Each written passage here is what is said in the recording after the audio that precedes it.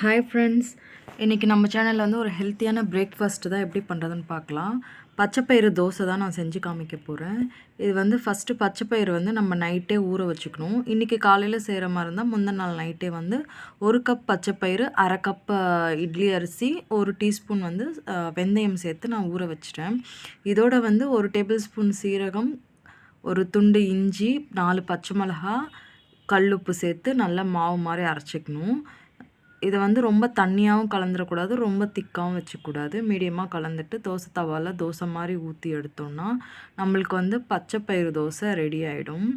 இது வந்து ரொம்ப ஹெல்த்தியான தோசைங்க. இது வந்து குழந்தைங்களுக்கு கொடுக்காம தான் நெய் ஊற்றிக்கலாம், இல்லை தேங்காய் எண்ணெய் சேர்த்து சுட்டோன்னா ரொம்ப ஃப்ளேவர் நல்லாயிருக்கும்.